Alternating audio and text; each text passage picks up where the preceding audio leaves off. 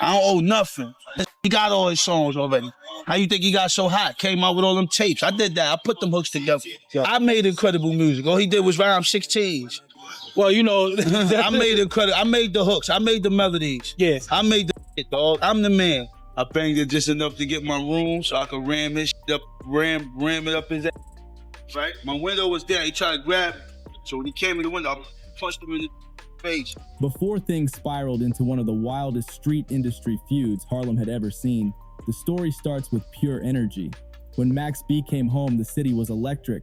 Harlem was in one of its most iconic eras. The Diplomats had the streets on lock. Cameron, Jim Jones, the Bird Gang sound, the flashy swagger, the wild mixtape runs, all of it created a movement bigger than just music. It was culture, it was lifestyle, it was Harlem in full color. Max linked back up with Cameron almost immediately. Their connection was natural. Cam recognized something raw in Max, a voice that didn't sound like anything else, a confidence that didn't need validation, and a style that made people stop whatever they were doing the second he touched the beat. So Jim Jones, compare the names. Look, Max Biggervale, Jim Jones. That don't even add up. That's not on my level, man. Through that relationship, Max was introduced to Jim Jones, who was building Bird Gang Records into its own powerhouse. Jim saw the potential, the charisma, and the talent. Signing Max seemed like a no-brainer. It was supposed to be the beginning of a legendary run. Once Max stepped into the studio with Dame Grease, a Harlem producer already solidified in the game, everything clicked instantly. Dame Grease heard what everyone else would soon hear: a wavy delivery, a melodic street tone, and an energy no one could duplicate. In 2006, Max dropped Million Dollar Baby, and Harlem erupted. The mixtape had the streets buzzing, DJs scrambling for drops, and fans quoting his most iconic hooks. So your name is Max B, aka Max Biggervale. We know Biggervale stands for Big Jig and Pac, right? But where did the Big name... Jig and Machiavelli, baby. Yeah. Big Jig and Machiavelli. Max B wasn't just rising, he was exploding. But behind the celebration, tension was slowly brewing. Industry money, street money, loyalty questions, clashing egos, arguments over credit, and disagreements about who really built what. All of it created cracks that nobody saw coming. Max was wild, fearless, and outspoken. Jim was territorial, protective of his empire, and trying to manage the growing weight of the Bird Gang brand. What started as chemistry slowly turned into competition. What was once brotherhood became a tug of war over control, respect, and vision.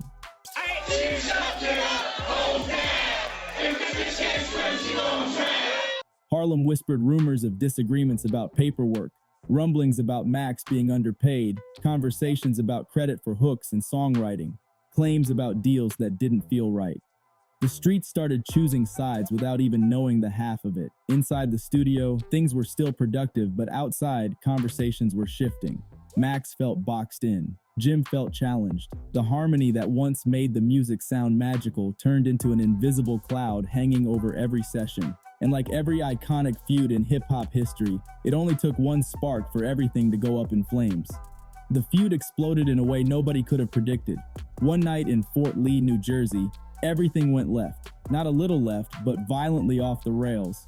This wasn't a simple argument, not a disagreement over contracts, not even a public shouting match. Boyfriend Charlie Wingate, aka Max B, a rapper, about the men's money. Then Wingate reaches out to this man, Calvin Leardom. This was pure chaos involving fists, pepper spray, a car, and a betrayal that turned Harlem into a boiling pot. The story hit the streets fast.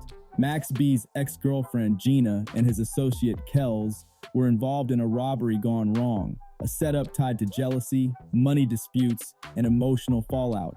The details were messy, complicated, and dripping in drama. But the part the streets couldn't stop talking about? The alleged confrontation involving Jim Jones's Bentley. Reports claimed that in the middle of the chaos, Max's associate punched Jim, pepper sprayed him, and even rammed the Bentley while bragging about being with Jim's wife. It was an explosion of disrespect that ricocheted across Harlem. This wasn't just street beef, it was personal, humiliating, and public. It all began the morning of September 22nd at the Fort Lee Holiday Inn. Police are called there after a man is shot to death. The victim, David Taylor from Florida, was staying in room 227. For someone like Jim Jones, who built an entire reputation around loyalty, toughness, and Harlem pride, this wasn't just a violation, it was war. To the outside world, it looked like betrayal mixed with madness. To the streets, it looked like retaliation mixed with ego. To the industry, it looked like the kind of scandal that kills careers. Everyone had a version of the story, but none of the versions looked clean. Max's circle claimed they were disrespected first. Jim's circle said the situation was straight-up treachery. Meanwhile, the Fort Lee police started digging. Evidence started stacking. Phone records, messages, confessions. The robbery charges became real. Max's connection to it became undeniable in the eyes of the law. What started as an emotional mess turned into a courtroom nightmare. And Harlem chose chaos. Some said Max took things too far. Some said Jim provoked everything by mistreating him. Some said everyone was wrong. But one thing was clear. The friendship, the music, the chemistry, the wave, the whole movement, it was dead. That Fort Lee night didn't just end a partnership, it started a war, dragged multiple people into the justice system, and guaranteed that Max B and Jim Jones would never see eye to eye again. Once the Fort Lee situation hit headlines, Max and Jim weren't just rivals, they were officially enemies. And unlike many rappers who keep their beefs cryptic, subtle, or behind the scenes, Max and Jim aired everything out loud. This feud played out on mixtapes, DVDs, radio interviews, YouTube uploads, street corners, and gossip circles all across New York. Max started unleashing a different version of himself. The wave talk got sharper, the jokes got deeper, the shots got personal. He accused Jim of stealing credit, stealing money, and stealing shine. He said he wrote hooks, helped craft flows, and contributed to tracks that he wasn't fairly compensated for. Max didn't whisper it, he shouted it with full confidence, smiling while he said it. The kind of confidence that made fans believe every word. Meanwhile, Jim Jones saw Max's accusations as betrayal from someone he tried to help. Jim's circle viewed Max as ungrateful, reckless, and disloyal. Jim started firing back in interviews, music, and online. He questioned Max's credibility. He called him reckless. He blamed Max for blowing opportunities. Got him in his drive already. I don't owe nothing. He got all his songs already. How you think he got so hot? Came out with all them tapes. I did that. I put them hooks together. I made incredible music. All he did was rhyme 16s. Well, you know, I made the hooks. I made the melodies. Yeah. I made the shit, dog. I'm the man. And he made it clear. Anyone siding with Max was choosing the other side of Harlem. Things got even crazier when Max started clowning Jim publicly. The interviews became viral moments. The impersonations became legendary. Max's humor, confidence, and disrespectful delivery turned the beef into entertainment, but at its core, it was pure anger wrapped in comedy. Fans laughed, but Jim's camp wasn't laughing. Then came the public domain mixtape series. Max used those tapes to go after Jim with full force. Every track felt like another punch. Every skit felt like a dagger. Every line reminded listeners that the bridge between them had been burned beyond repair. Jim responded in his own way, building Bird Gang, doubling down on his work, keeping his circle tight, and making it clear he wasn't letting Max control the narrative. He refused to let the streets think Max intimidated him. Even when fans joked that Max had won the war of words, Jim stood on his position. And Harlem ate it up. The barbershops, corners, studios, and blogs debated nonstop. Some said Max B was roasting Jim so badly that it looked unfair. Others said Jim Jones built the platform Max was standing on. This beef split Harlem right down the middle, and the more each side talked, the deeper the divide grew. This wasn't regular rap beef. This was betrayal, humiliation, pride, paperwork, money, and street rumors all tangled into one unforgettable era. The Fort Lee robbery didn't go away. It grew, it expanded, it spiraled into charges that felt heavier by the day. Investigators dug deeper, prosecutors stacked accusations, witnesses flipped, testimony changed. The case turned from a chaotic incident into a legal avalanche crashing directly onto Max B. By 2009, Max wasn't just fighting for his career, he was fighting for his life. The charges included kidnapping, armed robbery, conspiracy, and felony murder. The courtroom atmosphere was suffocating.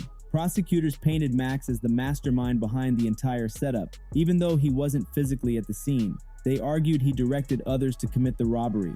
They used phone logs, statements, and recordings to build a narrative that turned the jury against him. Max's defense team tried to separate him from the crime, arguing that the actions of others weren't his responsibility, that witnesses were unreliable. and that the whole situation was fueled by jealousy and emotional manipulation. But the prosecution story landed harder. The jury wasn't convinced. When the verdict came down, guilty on 9 counts, the courtroom froze. Max B was handed a 75-year sentence, a number so heavy that Harlem couldn't even process it. Fans were stunned. The industry was shaken. Even critics felt the weight of the judgment. The Fort Lee robbery case officially destroyed Max's freedom and effectively ended one of the most unique rising careers in hip-hop. The wave was behind bars. Meanwhile, the streets couldn't stop talking about the alleged betrayal by his ex-girlfriend who testified against him. They debated whether Max was set up, whether he masterminded it, or whether he simply got caught in a perfect storm of bad decisions, bad company, and bad timing. No matter what angle people took, one truth was unavoidable. That courtroom destroyed everything he had built. And as Max disappeared behind prison walls, Jim Jones kept moving. He built businesses, he made music, he expanded his brand. But no matter how far Jim moved forward, the shadow of this beef always lingered over his Harlem legacy. One of the biggest rising stars connected to his label had been swallowed by the system, and the streets never forgot how it all started. Years passed, and Max B's name never faded. The wave lived on in mixtape classics, archived interviews, and unforgettable quotes. The streets kept his legend alive, artists paid tribute, fans revisited the music, the culture never erased him. Then out of nowhere, new hope surfaced. Legal teams pushed for appeals, lawyers presented new arguments, evidence began shifting. The original sentence, 75 years, was reconsidered.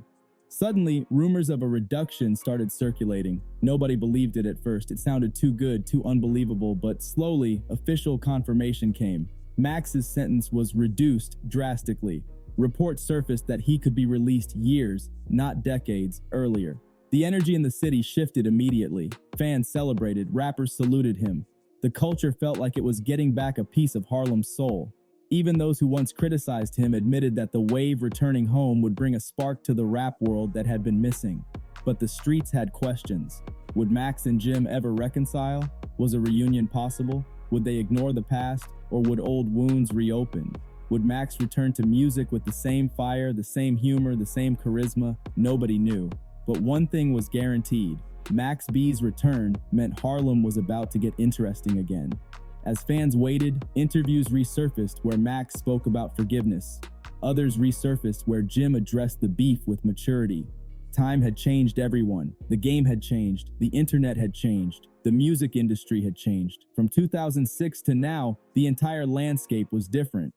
But one thing remained constant: the legend of Max B, the wave, the voice, the charisma, and the unforgettable chaos that once shook the entire city. His return symbolized unfinished business, musical, cultural, and personal. Even years later, the Max B and Jim Jones feud remains one of the most dramatic, chaotic, and unforgettable clashes in hip-hop history. It wasn't just about music. It wasn't just about paperwork. It wasn't just about betrayal, rumors, or disrespect. It was about Harlem pride, street politics, and two powerful personalities who collided in a way that changed both of their lives forever. Fans still debate who was right and who was wrong. Some believe Max was mistreated and underpaid. Others say Jim did everything he could to help him. Some argue the Fort Lee situation would have happened regardless. Others believe the tension between them set the stage for disaster. The truth is complicated, and that's why this story still echoes years later. Max B's rise was meteoric. Jim Jones's hustle was undeniable. Their collaboration could have created one of the greatest runs Harlem ever produced, but ego, miscommunication, disorganization, and personal animosity turned what should have been a legacy-building partnership into a full-blown street soap opera. Today, both men have grown. They're older, wiser, more strategic, more business-minded. The raw hostility of the mid-2000s has faded, replaced by time, reflection, and the reality that life is bigger than beef. Fans have seen both sides acknowledge the past in different ways, sometimes with humor, sometimes with grace, sometimes with silence. But the story remains legendary because it represents the duality of hip-hop, the beauty of collaboration, and the destruction of conflict. Max B's influence still shapes new artists. Jim Jones's contributions still define Harlem culture. Their fallout is a permanent chapter in New York rap history, full of lessons about loyalty, ambition, opportunity, and consequences. And for those who watch the drama unfold in real time, one thing is certain: this wasn't just a feud, this was a moment, a warning, a tragedy, and a reminder that success can create just as many enemies as it does opportunities. If you enjoyed this breakdown and want deeper dives into hip-hop's most dramatic stories, scandals, and legendary beefs, make sure to like this video, subscribe to the channel, turn on notifications so you never miss new uploads. The culture never sleeps, and neither do these stories.